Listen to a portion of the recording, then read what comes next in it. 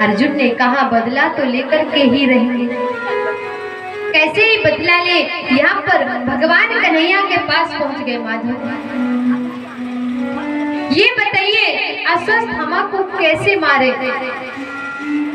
अब यहाँ पर भगवान कहते हैं देखो अर्जुन, अश्वत्थामा जिंदा भी नहीं रहना चाहिए और मरना भी नहीं चाहिए, यानी जिंदा मत छोड़ो और मारो भी।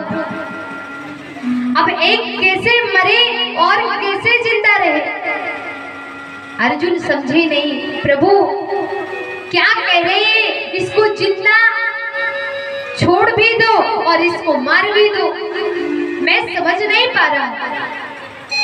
भगवान ने कहा राज्यसभा में बीच में इसकी जो दाढ़ी मूछें सब निकाल दो बाहर, हटा दो इसके चेहरे से, सभा में बिठा के इसके मस्तक पर जो मणि लगी है इसको खींच लो, यही इसके मरने का कारण है। और सबसे बड़ी मृत्यु तब हो जाती है जब किसी का सम्मान मर जाता है।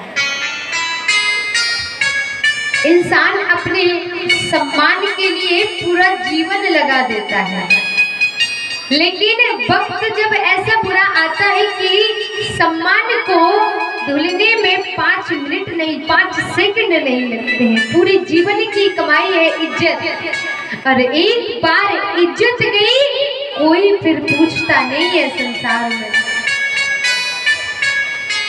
तो इसको अपमानित करो, इसके मस्तक से जो मणि है इसको खींच लो,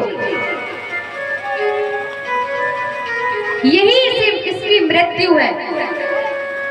राज्यसभा में जाकर के अश्वत्थामा के मस्तक से मणि को अर्जुन खींच लेते हैं। अश्वत्थामा की जो मूछें दाढ़ी थी सब काट डालते हैं। अब अश्वत्थामा और बदले की भावना में जल गया। यहाँ पर सुभद्रा के पुत्र अभिमन्यु, देखिए यहाँ पर द्रौपदी के 5 पुत्र मारे गए और यहाँ पर सुभद्रा का पुत्र अभिमन्यु चक्रव्यूह में मारा गया। अभिमन्यु की पत्नी का नाम था उत्तरा। उत्तरा के गर्भ में अभिमन्यु का पुत्र पल रहा था। अश्वत्थामा की नजर उत्तरा के गर्भ पर पड़ती है कि बदला लेने के लिए अश्वत्थामा ने ब्रह्मास्त्र छोड़ दिया। गर्भ को नष्ट करने के लिए अश्वत्थामा ने कहा कि इसने मेरा अपमान किया है, इस हस्तिनापुर को चलाने वाला कोई भी वंशज नहीं रहेगा, और ब्रह्मास्त्र छोड़ दिया।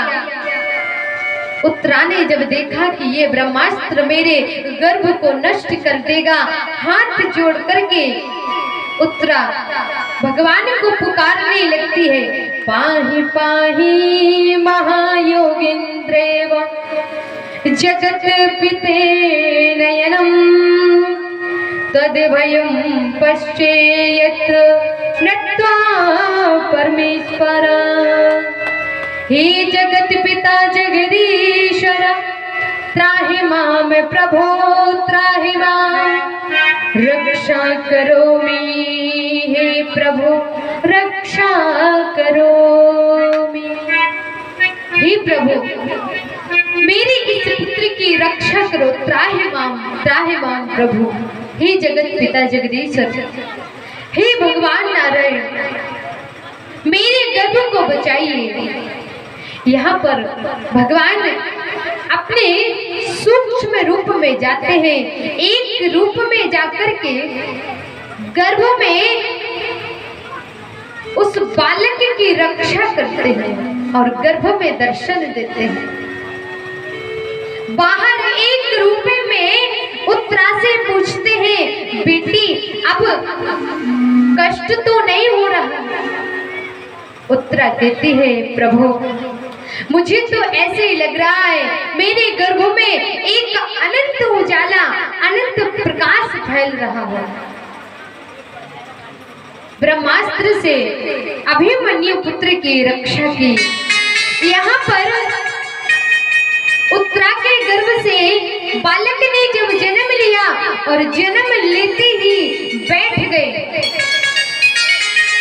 बैठ करके इधर उधर देखने लगे तो माँ ने पूछा, बेटा किसे ढूंढ रहे हो? बालक कहता है, माता जिसने मेरी गर्भ में रक्षा की वो दिखाई नहीं दे रहा। यहाँ देखिए, बालक ने जन्म लेने से पहले प्रभु के दर्शन पाए और जन्म लेते ही दर्शन पा लिए। उत्तरा के बालक का नामकरण होता है, नाम रखा जाता है परीक्षित। जिसके गर्भ में रक्षा हुई हो उसका नाम है परीक्षित। आज परीक्षित बड़े होते हैं, युवा होते हैं,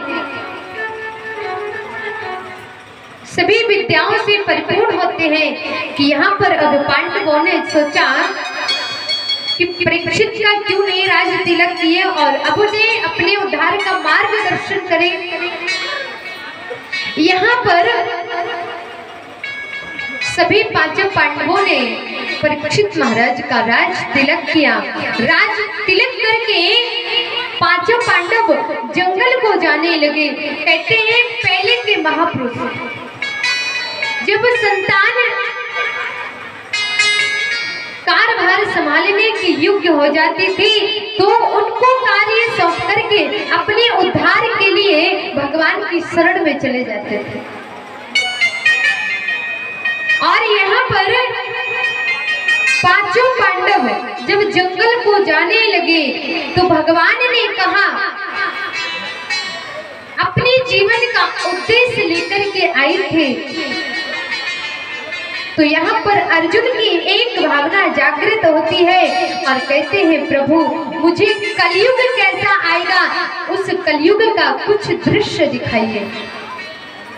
भगवान ने कहा उचित है और भगवान ने कहा पांचों पांडवों से, जाओ जंगल में, पहले जंगल में जाओ, जो कुछ आपको जंगल में दिखाई दे वो हमें यहाँ आके पूरा बताओ।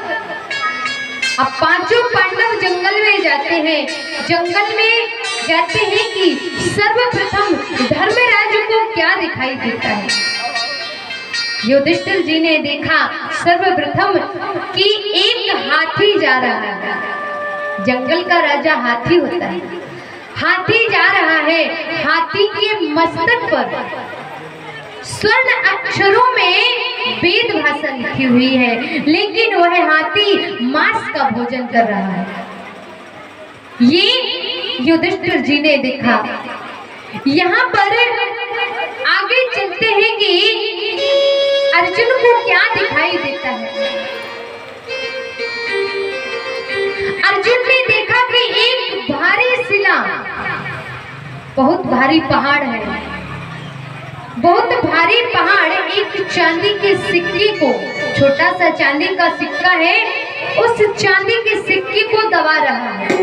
लेकिन वह पहाड़ चांदी के सिक्के को दबा नहीं पा रहा है, कोशिश कर रहा है दबाने की। ये अर्जुन ने देखा।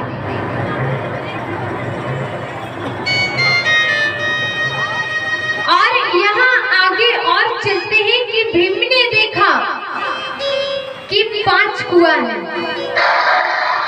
5 कुआं है और 5 कुआं के बीच में एक छोटी सी कुइया है। वह कुइया 5 बड़े बड़े कुओं को भर देती है। लेकिन जब कुइया भरने की बारी आती है तो 5 कुआं मिलकर के उस कुइया को नहीं भर पाते। ये दृश्य भीम ने देखा। आगे चलते हैं कि नकुल सहदेव ने देखा